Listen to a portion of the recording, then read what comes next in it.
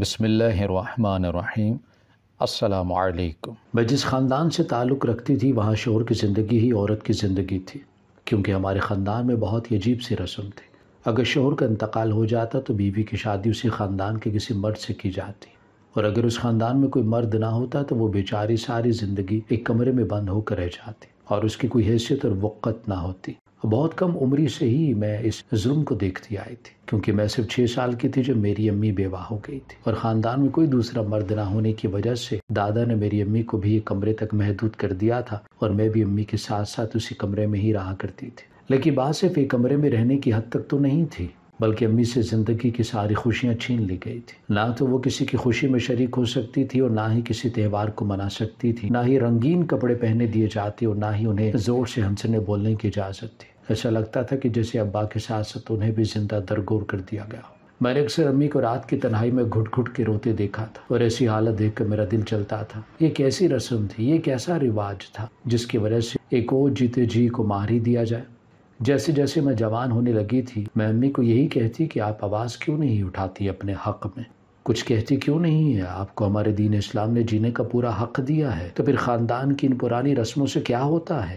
میری بات سن کر امی فوراً میرے منہ پر ہاتھ رکھ دیتی اور کہتی کہ خبردار جو ایسی کوئی بات اپنے منہ سے بھی نکالی، اگر تمہارے دادا نے ایسی کوئی بات سن لی تو اچھا نہیں ہوگا، ہمیں ہمیشہ کے لیے اس خاندان اور برادری سے نکال دیا جائے گا، اور پھر سر چھپانے کو کہیں چھت نہیں ملے گی۔ میں یہ سب کچھ صرف تمہاری خاطر برداشت کر رہی ہوں تاکہ تمہاری زندگی میں کوئی پریشانی نہ آئے۔ ستم کے جو پہاڑ مجھ پر توڑے گئے ہیں تمہاری زندگی میں آسانیاں لے کر آئیں گے۔ تمہارے دادا تمہاری خود کسی اچھی جگہ پہ شادی کروائیں گے، اور ایک دفعہ تم رخصت ہو جاؤ گی تو مجھے سکون ہو جائے گا۔ تم میری اکلوتی بیٹی ہو، میں تمہیں لے کر کہاں در در کی ٹھوکریں کھاؤں گی۔ میں نے اماں سے کہا کہ آپ جوان ہیں، دوسری شادی کر سکتی ہیں، پھر کیوں ایسی زندگی گزار رہی ہیں؟ اس خاندان میں نہ صحیح برادری میں ہی کہیں کوئی دوسرا لڑکا مل جائے گا۔ میری بات سن کر اماں ہنسی اور کہنے لگی اگر ایسا ہوا تو پھر تمہارے دادا کو مجھے جائیداد میں سے کچھ حصہ بھی تو دینا ہوگا جو میرا حق بنتا ہے، اور اس طرح ان کی جائیداد خاندان سے باہر جائے گی۔ یہ بات وہ کیسے گوارا کر سکتے ہیں؟ ہمارے خاندان میں عورت کی دوسری شادی خاندان سے باہر کرنے کا رواج اسی لیے تو نہیں ہے تاکہ جائیداد کا بٹوارا نہ ہو۔ یہ سن کر میں نے اپنا سر پکڑ لیا تھا۔ کیسی جاہلانہ رسمیں تھیں۔ جائیداد میں اور وراثت میں عورت کا حق تو ہمارے مذہب نے دیا ہے، پھر یہ کیسے لوگ تھے جو چند ٹکوں کے لیے کسی دوسرے کی زندگی کو برباد کرنے کے لیے تیار تھے؟ مجھے جو استانی عربی پڑھانے آتی تھی وہ یہ بات مجھے بار بار سمجھاتی تھی کہ زندگی گزارنے کے جو اصول ہمارے دین نے ہمیں بتائے ہیں وہی بہترین ہیں، اور ان پر عمل کرنے سے ہی سب کی زندگی میں سکون رہتا ہے۔ لیکن ہمارے گھر میں ایسا کچھ نہیں ہوتا تھا، شاید یہ مذہب سے دوری تھی یا پھر پیسے سے محبت۔ جس دن اماں نے مجھے یہ بتایا کہ وہ یہ سب کچھ میرے لیے سہ رہی ہیں، اس دن سے میری اماں میری نظروں میں اور بھی معتبر ہوگی، اور میں نے سوچ لیا تھا کہ زندگی میں کسی نہ کسی مقام پر میں انہیں ان تمام بیڑیوں سے ضرور آزاد کروا کر رہوں گی۔ میں 16 سال کی ہوئی تو میرے دادا نے میرے لیے خاندان میں ہی ایک لڑکے کا رشتہ دیکھ لیا۔ لڑکا اچھا تھا، پڑھا لکھا تھا، اس کا اپنا کاروبار تھا، کسی چیز کی کوئی کمی نہیں تھی۔ اماں نے یہ سب دیکھ کر کہا کہ دیکھو میرا فیصلہ ٹھیک تھا، میں تمہیں یہاں سے لے کر چلی جاتی تو پتہ نہیں آج تم ایسی زندگی دے بھی پاتی یا نہیں۔ اب تم اپنے گھر کی ہو جاؤ گی تو مجھے بھی سکون ہو جائے گا۔ میری شادی کے طے ہونے پر میں نے سالوں بعد امی کے چہرے پر ایسا سکون اور اطمینان دیکھا تھا۔ وہ بہت زیادہ خوش تھی اور میں بھی، لیکن یہ خوشی اس وقت کافور ہوئی جب دادا نے امی کو میری بھی شادی پر شریک ہونے کے لیے منع کر دیا۔ صاف لفظوں میں کہہ دیا کہ اپنی بیٹی کی خوشیوں پر اپنے وجود کا گرہن نہ لگانا، تمہاری جیسی بیوہ عورت کا سایہ اس پر پڑے گا تو یہ اپنی خوشیوں کو کھو دے گی۔ یہ بات مجھ سے برداشت نہ ہوئی کہ میری زندگی کے سب سے اہم دن میری ماں میرے ساتھ نہ ہوگی۔ میں دادا کے آگے اڑ گئی اور دادا سے ضد کی کہ میری امی کو میری شادی میں شریک ہونے دیں۔ دادا کہنے لگے کہ یہ منحوس سایہ لے کر تیری شادی میں آئے گی اور پھر تیری زندگی بھی برباد ہو جائے گی۔ میں نے دادا کے آگے ہاتھ جوڑ دیے اور کہا کہ اب ساری زندگی ایسی ہی بات کہتے آئے ہیں، لیکن اس سب میں امی کا تو کوئی قصور نہیں ہے۔ ابا کی زندگی اتنی ہی تھی، اور امی کا سایہ پڑنے سے میری خوشیاں کیسے برباد ہو سکتی ہیں؟ وہ تو میری ماں ہے، اور پھر ہمارا دین ایسی باتوں کی اجازت نہیں دیتا ہے۔ میرے بہت زیادہ ضد کرنے اور رونے دھونے پر دادا نے صرف اتنی اجازت دی کہ میرے نکاح کے وقت امی کچھ دیر کے لیے میرے پاس بیٹھ جائیں گی۔ میرے لیے تو یہی بھی بہت تھا کہ وہ نکاح کے وقت میرے ساتھ ہوں گی، اور پھر میری شادی کا دن آ گیا۔ میں اپنی امی کے برابر میں بیٹھی تو سارے خاندان والوں نے بہت باتیں بنائیں اور کہنے لگے تھے کہ کیسی ماں ہے، اپنی بیٹی کی خوشیوں پر گرہن لگانے کے لیے آ گئی ہے، جانتی بھی ہے کہ یہ بیوہ ہے اور اس کا سایہ اس کی بیٹی کی خوشیوں کو کھا جائے گا۔ میں دنیا والوں کی زبان بند نہیں کروا سکتی تھی، اسی لیے خاموش رہی اور دھوم دھام سے میری شادی ہوگی۔ میں اپنی امی کو اسی کمرے میں چھوڑ کر اپنے سسرال سے نہیں آئی۔ میرے سسرال ایک بہت بڑا سا گھر تھا، کسی چیز کی کوئی کمی نہیں تھی۔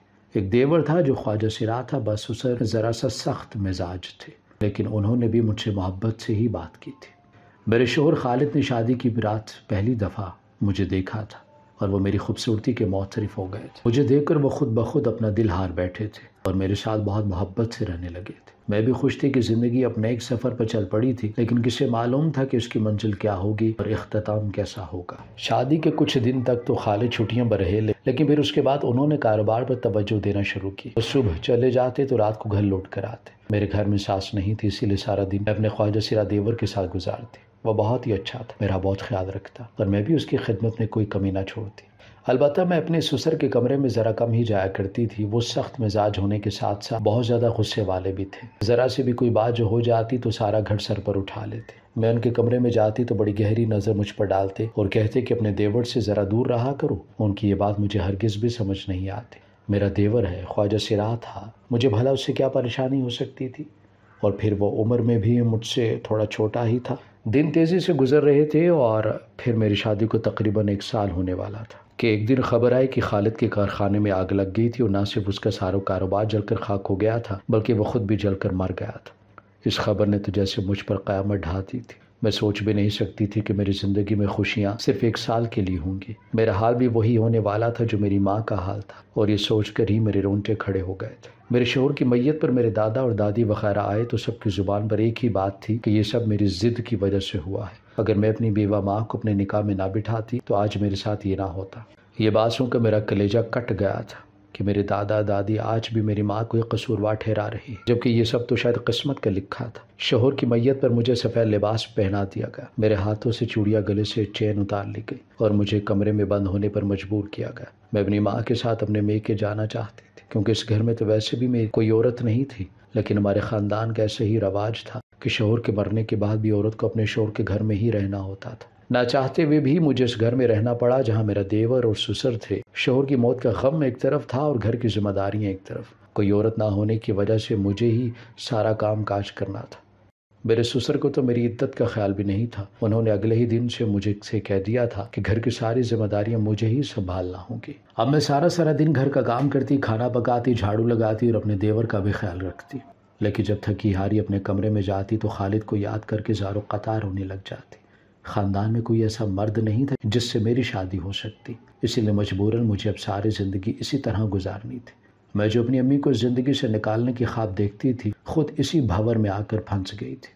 لیکن بات یہیں ختم نہیں ہوئی تھی، بلکہ کچھ ایسا تھا جو بالکل عجیب و غریب تھا اور جسے میں محسوس کر سکتی تھی۔ میں رات کو اپنے کمرے میں آتی، روتے روتے سو جاتی، لیکن جب میں سو کر اٹھتی تو مجھے ایسا لگتا کہ جیسے کوئی میرے کمرے میں آ کر گیا ہو، کسی نے مجھے ہلایا جلایا ہو، میں اپنی جگہ پر موجود بھی نہ ہوتی۔ سمجھ نہیں آتا تھا کہ میں اس بارے میں کس سے بات کروں۔ میں کمرہ لاک کر کے سوتی تھی، پھر بھی ایسا کون تھا جو میرے کمرے میں آ کر سو رہا تھا؟ سسر تو مجھ سے بھی پہلے اپنے کمرے میں چلے جایا کرتے تھے، اور میرا دیور وہ تو خواجہ سرا تھا، مجھ سے کیا لینا دینا تھا؟ البتہ باتوں باتوں میں اکثر میرے سسر یہ ضرور کہا کرتے تھے کہ اپنے دیور سے کنارہ رکھا کرو، لیکن میں اس سے کیسے کنارہ کرتی؟ وہ چھوٹی سے چھوٹی بات پر مجھ پر ہی انحصار کرتا تھا۔ کھانا چاہیے ہوتا تو بھی میرے ہی پاس آتا، اور کپڑے استری کروانے ہوتے تو بھی مجھے ہی اپنے کمرے میں بلوا لیتا۔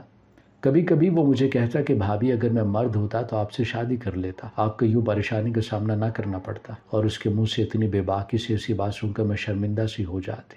لیکن پھر تنہائی میں مجھے بھی یہی خیال آتا، اگر وہ مرد ہوتا تو میری زندگی ایسی نہ ہوتی، مجھے یوں سفید پوشاک پہن کر اکیلے کمرے میں بند نہ ہونا پڑتا۔ لیکن میں کچھ بھی نہیں کر سکتی تھی، میری قسمت میں بھی میری ماں جیسا ہی لکھا تھا، اور دنیا والوں نے میری بیوگی کو بھی میرا ہی قصوروار ٹھہرا دیا تھا۔ بلکہ کبھی کبھی تو میرے سسر بھی کہہ جایا کرتے تھے کہ تمہاری ضد کی وجہ سے میرا بیٹا اس دنیا سے چلا گیا۔ ایسے ہی میرے شوہر کے انتقال کو 3 مہینے گزر گئے تھے، اور یہ 3 مہینے میں نے 3 صدیوں جیسے گزارے تھے۔ اکیلے رہنا، گھٹ گھٹ کر جینا بہت ہی مشکل تھا۔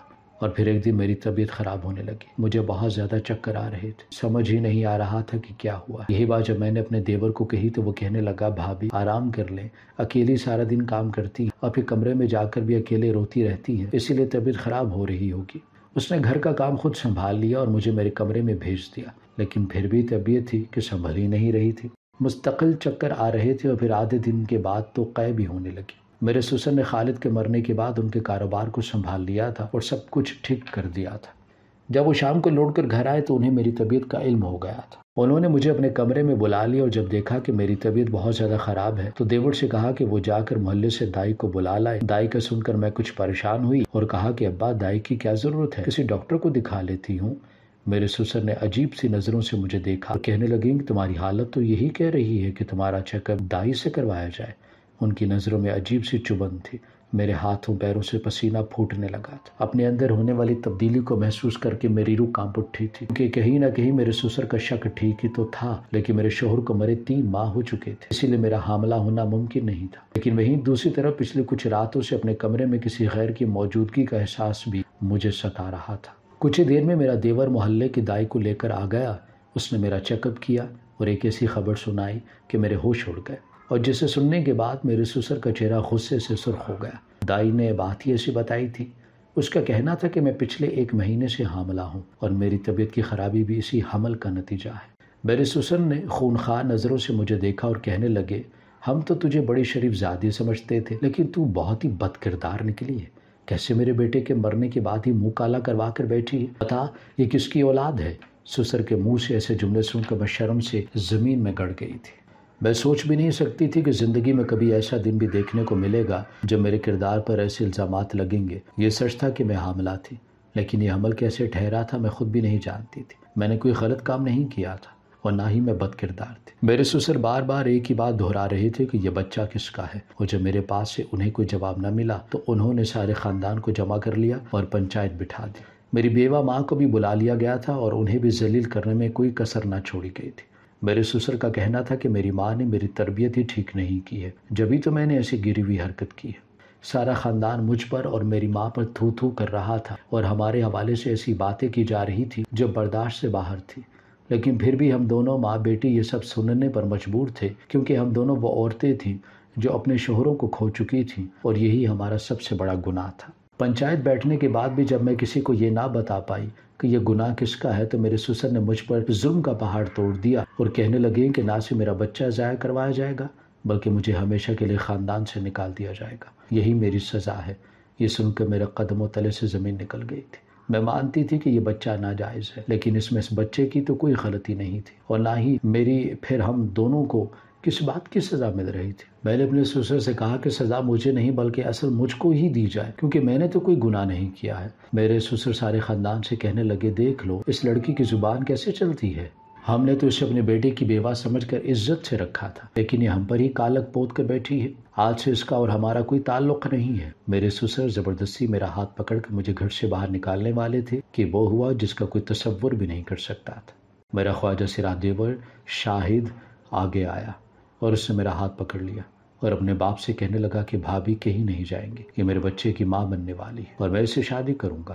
یہ سننا تھا کہ سب کے سروں پر آسمان گر پڑا اور میں خود بھی ہکا بکا رہ گئی۔ یہ کیسے ممکن تھا؟ خواجہ سرا ہو کر وہ باپ بن جاتا اور اس نے میرے ساتھ کوئی تعلق کب بنایا تھا؟ اس بات کی خبر مجھے بھی نہیں تھی۔ دیور کے منہ سے ایسی بات ہو کر نہ سے میرے سسر کا سر شرم سے جھک گیا بلکہ ساری پنچایت الٹا میرے سسر پر تھو تھو کرنے لگی۔ گھر میں کیسا بیٹا پال رکھا ہے جس نے گھر کی عزت کو ہی رون ڈالا؟ میرے سسر نے غصے میں شاہد سے کہا کہ جھوٹ کیوں کہہ رہے ہو؟ اس عورت کے گناہ پر پردہ مت ڈالو، اب اس کا ہم سے کوئی واسطہ نہیں ہے، تم کیوں اس کے گناہ کو چھپانے کے لیے خود کو بد کردار ثابت کرتے ہو؟ سسر کے اتنے سخت لہجے کے باوجود بھی شاہد اپنی بات سے پیچھے نہ ہٹا اور کہنے لگا، میں سب کے سامنے اس گناہ کا اعتراف کرتا ہوں کہ میں نے بھابھی کے ساتھ بد کرداری کی ہے اور یہ بچہ میرا ہی ہے۔ یہ سنتے ہی پنچایت نے فوراً یہ فیصلہ سنایا کہ میری شادی شاہد کے ساتھ کر دی جائے گی۔ میں سوچ بھی نہیں سکتی تھی کہ میری شادی خواجہ سرا کے ساتھ ہوگی، لیکن پنچایت کے فیصلے کے آگے کسی کی نہیں چلتی تھی اور یہ پنچایت خاندان کے بڑوں کی تھی، اسی لیے اسی وقت میرا اور شاہد کا نکاح پڑھوا دیا گیا۔ میرا رونا دھونا کچھ کام نہ آیا تھا۔ میں واپس اسی کمرے میں آ گئی تھی جہاں پہلے بھی کبھی خالد کی دلہن بن کر میں آئی تھی۔ کچھ ہی دیر بعد شاہد کمرے میں آیا اور اس نے کمرے کا دروازہ لاک کر لیا۔ مجھے اس کے وجود سے گھن آ رہی تھی۔ میں خواجہ سراج سمجھ کر اس سے محبت کرتی آئی تھی، اس کا خیال رکھتی آئی تھی، اور اس نے مجھے ہی برباد کر دیا تھا۔ شاہد میرے سامنے آ کر بیٹھا تو میں نے نفرت سے منہ پھیر لیا۔ اس سے میرا ہاتھ پکڑا اور کہنے لگا، میں نے جو کچھ کیا ہے تمہاری زندگی اور تمہاری عزت کے لیے کیا ہے۔ یہ بچہ میرا نہیں ہے، لیکن میں مجبور تھا کہ اسے اپنا نام دوں تاکہ تمہاری عزت بچ سکے اور کہ تمہیں اس گھر سے بے گھر نہ کرے۔ اس کی بات سن کر میرے سر پر آسمان گر پڑا۔ میں نے حیرت سے پوچھا کہ یہ بچہ تمہارا نہیں ہے؟ تو اس نے انکار میں سر ہلا دیا اور کہنے لگا، نہیں، میں تو خواجہ سرا ہوں، یہ بچہ میرا کیسے اور کیوں کر ہو سکتا ہے؟ البتہ میں یہ ضرور جانتا ہوں کہ یہ بچہ کس کا ہے، اور اسی لیے تمہیں بچانے کے لیے میں نے یہ قدم اٹھایا، ہو سکے تو مجھے معاف کر دینا۔ اس کی بات سن کر مجھے لگ رہا تھا کہ میرے دماغ کی نس پھٹ جائے گی۔ یہ میرے ساتھ کیا ہو رہا تھا؟ آخر کون تھا جو میرا دشمن بنا ہوا تھا؟ کس نے مجھ پر یہ ظلم ڈھایا تھا؟ میں نے شاہد سے کہا کہ مجھے سچ سچ بتاؤ، آخر یہ سب کیا ہے؟ کچھ دیر کے لیے وہ خاموش ہو گیا اور پھر سر اٹھا کر کہنے لگا، یہ بچہ میرے باپ کا ہے، انہوں نے جان بوجھ کر تم پر ظلم ڈھایا تھا کہ تمہیں بد کردار ٹھہرا کر اس گھر سے نکلوا سکے۔ تمہارا شوہر خالد میرا سگا بھائی نہیں تھا اور نہ ہی میرے باپ کا سگا بیٹا۔ ساری دولت جائیداد والد کی تھی، اس لیے ابا نے جان بوجھ کر اسے جلا کر مار ڈالا اور پھر تمہیں اس کی بیوہ کا نام دے دیا۔ ابا کا خیال تھا کہ تم ساری زندگی ایک کمرے میں بند ہو کر گزار دو گے اور ابا آسانی سے خالد کے کاروبار پر عیش کر سکیں گے۔ لیکن کچھ دن پہلے ہی ہمیں پتہ چل گیا کہ خالد نے مرنے سے پہلے اپنی ساری جائیداد وصیت تمہارے نام لکھ دی تھی۔ اس سچ کے سامنے آتے ہی ابا کے ارمانوں پر پانی پھر گیا، کیونکہ اب کاروبار کا کوئی فیصلہ تمہاری مرضی کے بغیر ممکن نہیں تھا اور ابا چاہتے تھے کہ یہ کاروبار اپنے نام پر کروا لیں۔ اسی لیے انہوں نے جان بوجھ کر ایکسٹرا چابی کے ذریعے تمہارے کمرے کا دروازہ کھولا اور تمہارے ساتھ غلط کام کیا۔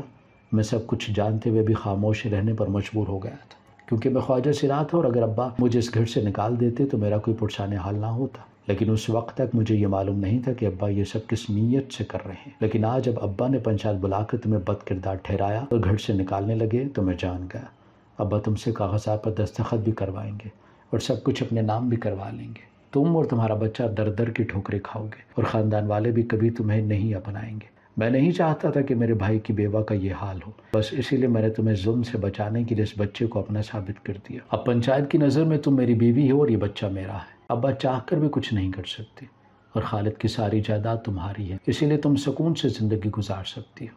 میں تو خواجہ سرا ہوں، نہ ہی تم سے کوئی تعلق بنا سکتا ہوں، نہ ہی تمہیں خوشی دے سکتا ہوں، لیکن تمہاری عزت کو بچانے کے لیے میں جو کر سکتا تھا وہ میں نے کیا۔ شاہد کی باتوں نے میرے رونگٹے کھڑے کر دیے تھے۔ میں سوچ بھی نہیں سکتی تھی کہ ٹھیک ہے، جائیداد کے لیے میرے سسر اس حد تک گر سکتے تھے، میں ان کے ستیلے بیٹے کی ہی صحیح، لیکن ایک بیوہ عورت تو تھی، وہ مجھ پر کیسے ایسا ستم ڈھا سکتے تھے؟ شاید کسی نے صحیح کہا ہے کہ دولت کے آگے انسان سگے رشتوں کو بھی بھول جاتا ہے۔ میں تو پھر ان کی ستیلی بہو تھی۔ شاہد شرمندگی سے میرے آگے سر جھکائے بیٹھا تھا، وہ مجھ سے معافی مانگ رہا تھا، لیکن میں تو اس کے شکر گزار تھی جس نے میری عزت کو بچانے کے لیے اتنا بڑا قدم اٹھایا تھا اور اپنی عزت کو بھی داؤ پر لگا دیا تھا۔ شاہد سے نکاح نے میری زندگی میں دوبارہ رنگ بھر دیے تھے۔ میرے پیٹ میں جو بچہ تھا اس کا کوئی قصور نہیں تھا، اسی لیے میں نے اسے نہ صرف جنم دیا بلکہ شاہد نے اسے اپنا نام بھی دیا، اور میرے سسر وہ تو کمرے میں بند ہو کر رہ گئے تھے، کیونکہ ان کے سارے ارمان نہ صرف مٹی میں مل گئے تھے بلکہ شاہد نے بعد میں انہیں بہت برا بھلا بھی کہا تھا اور ان کے کمرے سے نکلنے پر پابندی لگا دی تھی۔ خالد کا کاروبار میں اور شاہد مل کر سنبھال رہے تھے۔ میں چاہتی تھی کہ میرے پہلے شوہر کو قتل کروانے والے کو بھی سزا ملے، لیکن اس طرح مزید بدنامی ہمارے گلے پڑتی، یہی سوچ کر میں خاموش تھی۔ لیکن قدرت نے انصاف کیا اور کچھ ہی دنوں میں میرے سسر کو کینسر ہو گیا، ان کی حالت بہت خراب ہو گئی اور وہ بستر سے لگ گئے۔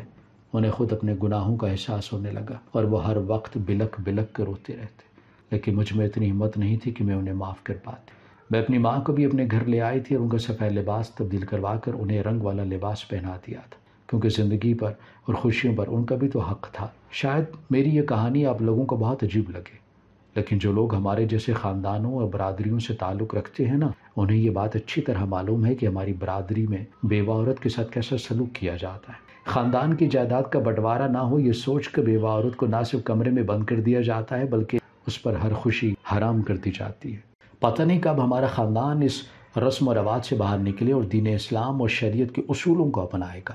شاید یہ سب دین کی کمی کی وجہ سے ہے۔ جب خدا نے میری گود میں بیٹی دی تو میں نے عزم کیا کہ میں اسے خوب پڑھاؤں گی، لکھاؤں گی اور اس کے کسی اچھی جگہ شادی کروں گی، نہ کہ اپنے ہی خاندان میں، کیونکہ اب وقت آ گیا ہے کہ اب ان بوسیدہ رسموں کو ختم کیا جائے اور عورتوں کو اس طرح گھٹ گھٹ کر مرنے پر مجبور نہ کیا جائے۔ کیا آپ لوگوں نے بھی اس طرح کے خاندانی نظام دیکھے ہیں جہاں ساری سزا اور سارا قصور عورتوں کے حصے میں آتا ہے اور مرد ہمیشہ راج کرتے ہیں؟ کیا آپ نے کہیں بیوہ عورتوں کے ساتھ ایسا سلوک دیکھا ہے؟ اگر دیکھا ہے تو خدا را آواز اٹھائیں اور ان کی مدد کریں، کیونکہ تبدیلی کسی نہ کسی مقام سے تو شروع ہونی ہے نا، تو پھر آپ سے شروع کیوں نہ ہو؟ ہماری ویڈیو اگر آپ کو پسند آئی ہے تو ضرور لائک کیجیے، اپنی رائے دینا چاہیں تو کمنٹس کیجیے، اچھی لگے تو شیئر کیجیے۔ اس کے ساتھ ساتھ اگر آپ نے ہمارا چینل سبسکرائب نہیں کیا تو ضرور کیجئے اور بیل آئیکن پر لازمی کلک کیجئے تاکہ ہماری ہر آنے والی ویڈیو آپ تک بر وقت پہنچ سکے۔